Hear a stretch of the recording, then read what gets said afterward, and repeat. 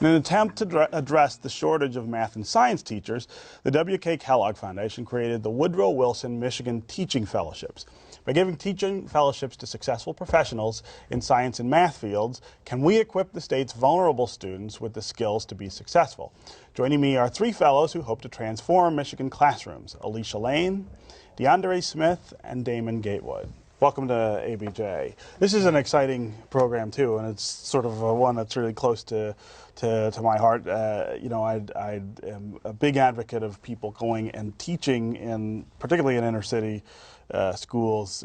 We've got lots of different programs that do this. Tell me about why you were interested in this one and how you came to be involved. Well, what was pivotal for me was my volunteer work on Saturdays. I work with Campbell Academics, the ACES program. It's an ACT prep program. And I was teaching the writing class, and I noticed that there is definitely a gap between what I think students should know at the 10th grade level versus what I was receiving, you know, the type of knowledge level I was receiving in my classes. So I found myself as an engineer. And so these were 10th grade students? Yes. Okay. Thinking about my students while I'm working on my engineering work. Right. And so where will you be teaching? In the future, we're not sure yet, but currently I'm doing my student teaching at King High School. In Detroit.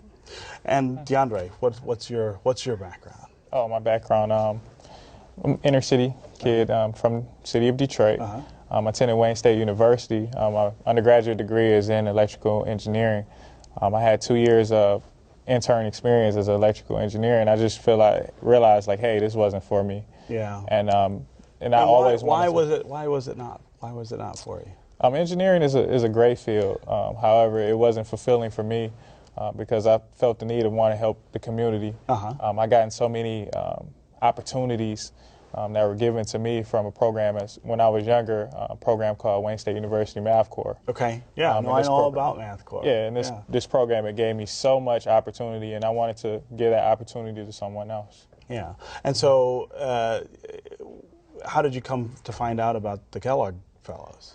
This program, I was a peer mentor at Wayne State University. And my supervisor told me, hey, you need to apply for this program. Yeah. And at first I was thinking, you know, how would I, get into this program? This is a very intense program. Yeah. I applied, and some weeks later, they said, Mr. Smith, we want you. We're considering you. Right. And that's how I got on my journey. Very good. Damon, what about you? How did you come to be doing this? I'm Detroit born and raised, graduated from the Detroit Public Schools, and I went to the University of Michigan for both chemical engineering and piano performance.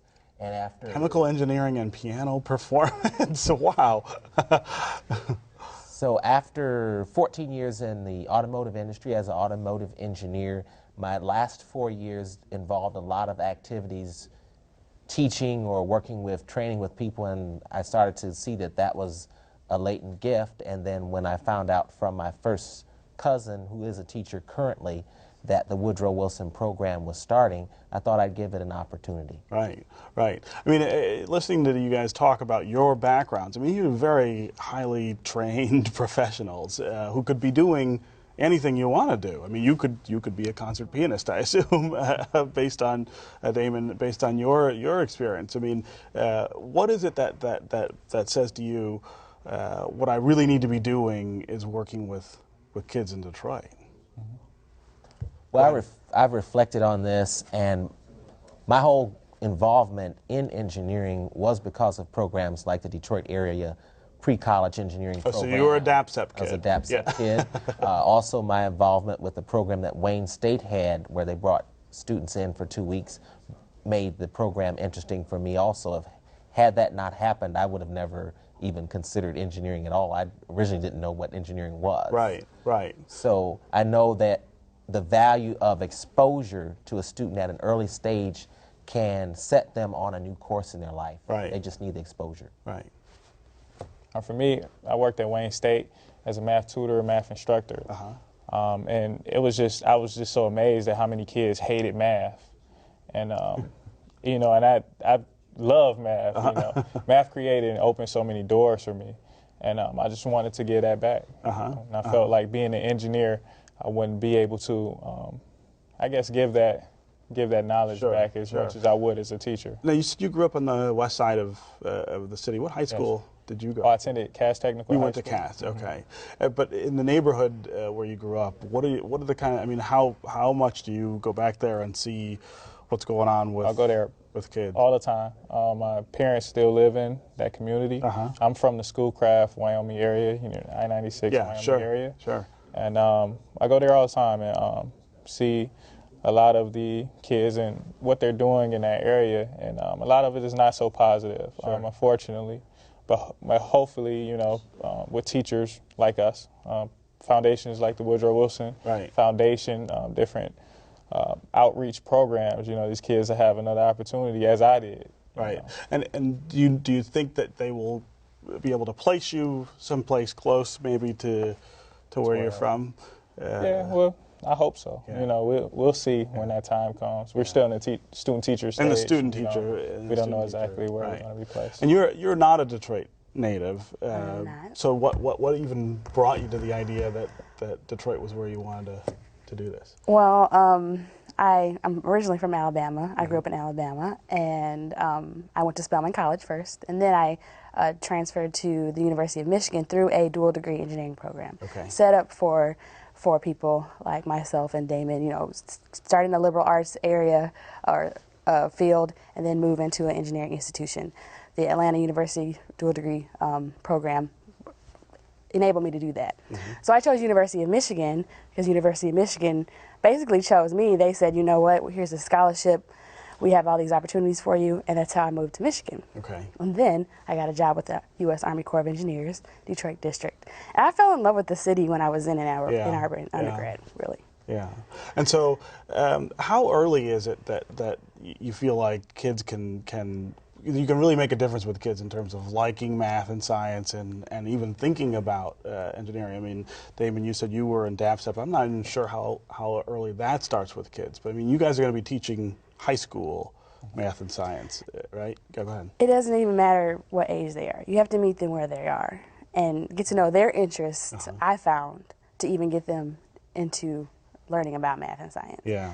If you know that little thing that they feel so passionate about and link that to the content that you're teaching, you've won that student. Right. Can you remember who the teacher or the person was who did that for you? Oh, absolutely. It was Miss Remus's chemistry class in 10th grade, and then again in Dr. Gilliard's class, organic chemistry at Spelman College. Not exactly an easy course. Oh, no, but I got an A in that, and it was my favorite class, one of my favorite classes, so, yeah.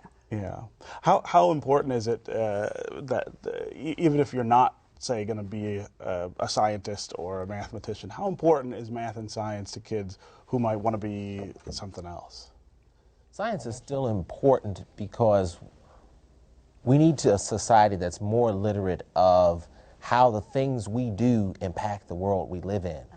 We need people to understand that the abundance of use of fossil fuels in the long run does impact the amount of carbon dioxide in the air and our issues with global warming. Even though we have people that debate on that, there is actual data that shows those effects.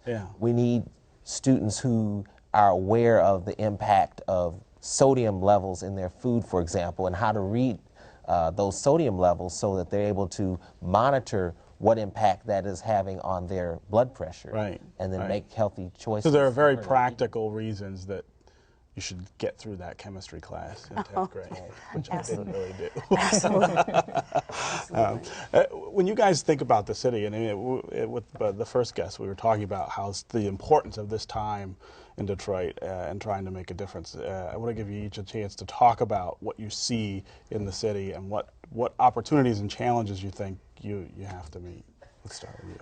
What I see is what Emu talked about in the last segment was students with drive and with passion, but not necessarily the procedural knowledge to get to where they want to go.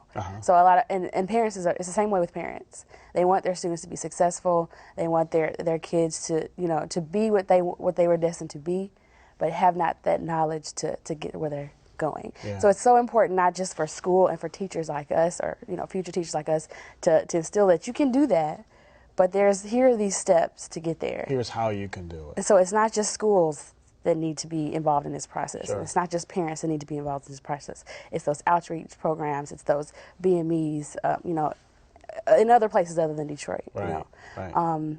that need to be in place for students to have that procedure. Sure. Sure. I think what the city needs is just everyone on board having a cohesive plan, as in knowing what it takes for a successful student for a successful tomorrow. It's a three-part plan. It's students. You know, we have the parents around them, right. and we also have the city legislators and everything. And I think once we all come together as to the goal of what we want our future to be, yeah. I think that will help our tomorrow. Yeah. Damon? And it's just encouraging students. If you see children walking to school in the morning, it's very cold, just telling them to have a nice day. Maybe someone gets a nice idea to maybe have a stand of hot chocolate or something, or small packages of oatmeal to give them for breakfast as they're on the way to school. Yeah. Those little things add up. Yeah. Okay. Good luck to you guys, and we'll have to catch up with you sometime when you're teaching in DPS. Okay. That's it for this week. I want to thank my guests, and I want to thank you for joining. We'll see you next time on American Black Journal.